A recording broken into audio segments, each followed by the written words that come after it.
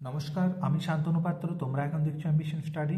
আমাদের আজকের আলোচনা গণিত প্রকাশ দশম শ্রেণী, কোষে দেখি 1.2। আজকে আমরা সলভ করছি এই দেখো কোন চ্যাপ্টারটার অঙ্ক করছি। একচল বিশিষ্ট দ্বিঘাত সমীকরণ, quadratic equation with one variable, 4-এর দাগে আমরা এই এক্স এর অঙ্কটা সলভ করব। এখানে দুটো কন্ডিশন দেওয়া আছে, এক্স নট ইকুয়াল টু 0, -1। কেন? তোমরা বইটা কাছে রাখো। কেন এটা দেওয়া আছে আগের অঙ্কে আমি বলেছি, আরেকবার বলছি। যদি এক্স এর মানটা 0 হয় তাহলে এইটা নিচটাতে 0 হয়ে যাচ্ছে। তোমরা জানো যে ভাগের ক্ষেত্রে নিচে কখনো 0 হবে না। আর এইখানে -1 যদি হয় তাহলে -1 + 1 মানে 0 হয়ে যাবে, মানে -1/0। এটা হচ্ছে আনডিফাইন্ড, এটাকে ডিফাইন করা যাবে না। তাহলে এই জন্য এটা কন্ডিশন দেওয়া আছে, এই মান দুটো হবে না কোনো সময়। আমরা কিভাবে সলভ করব দেখো। সিম্পলি যেমনভাবে আমরা সমস্ত অঙ্ক করে এসেছি, এখানের এলসিএম হচ্ছে এই এক্স ইন্টু এক্স প্লাস 1। আর এই মিক্সড ফ্র্যাকশনটাকে যদি ভাঙা হয়, 12 টু দ্য 24 প্লাস 1 সমান 25 ডিভাইডেড বাই 12। আর এইখানে দেখো এই এক্স ইন্টু এই এক্স প্লাস 1টাকে যদি আমি করে দিই, ঢেকে দিই, তাহলে এক্স পড়ে থাকছে, তাহলে এক্স ইন্টু এক্স। অনুরূপভাবে এখানে এক্স প্লাস 1, আর এই এক্সটা এখানে আছে, এই এক্সটাকে ঢেকে দিলাম, এক্স প্লাস 1 পড়ে থাকছে। তাহলে হোল স্কোয়ার করতে পারো, অথবা X plus 1 into X plus 1ও লিখতে পারো।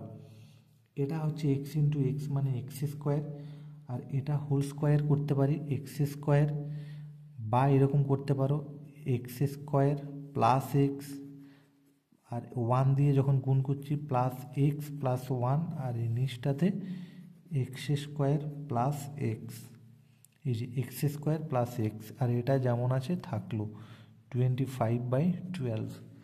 তাহলে এইখানে যেটা আমরা করব সেটা হচ্ছে এটা 25 দিয়ে এটাকে আগে গুণ করি, 25x স্কোয়ার প্লাস 25x, আর এটা হচ্ছে 12 ইন্টু, এটা হচ্ছে x square plus x square মানে 2x square, x plus x মানে 2x প্লাস 1। তাহলে এই দিকটাতে যেমন আছে থাক, 25x স্কোয়ার প্লাস 25x, 12 দুগুণে 24x স্কোয়ার, 12 দুগুণে 24x, আর 12 একে 12।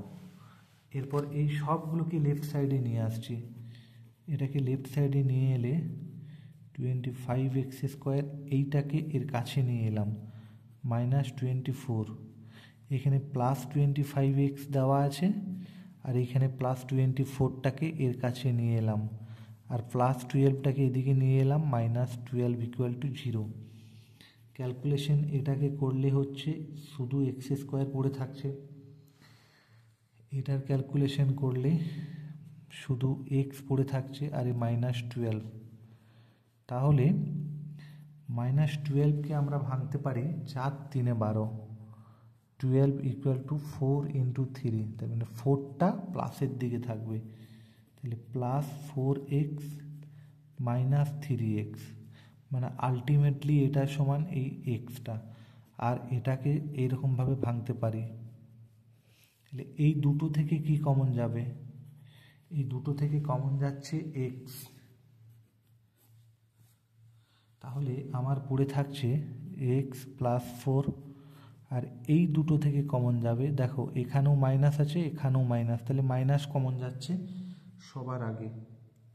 তাহলে এখানে 3 আছে, 3 আছে, তাহলে 3টা কমন যাবে, তাহলে এইখানে শুধু এক্স, আর এই মাইনাসটা তো কমন নিয়ে নিয়েছি, তাই প্লাস হয়ে যাবে, আর 4। তাহলে দুটো জায়গাতে সেম রাশি এসেছে, তারপরে আমরা কমন নিতে পারি x + 4 × x - 3 = 0। দুটি রাশির গুণফল, দুটি রাশির গুণফল 0 হলে তারা পৃথকভাবে 0 হবে।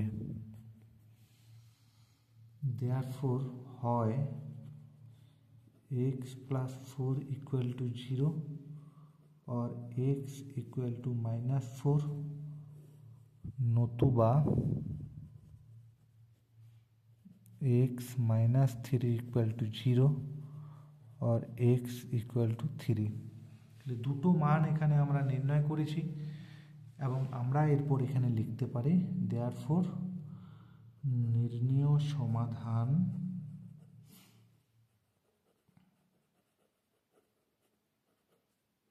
x equal to -4, 3 answer. ধন্যবাদ ভিডিও দেখার জন্য। তোমাদের যদি ভালো লেগে থাকে তোমরা লাইক শেয়ার কমেন্ট করবে। নতুন কেউ যদি তোমরা থাকো তাহলে তোমরা চ্যানেলটি সাবস্ক্রাইব করে নেবে।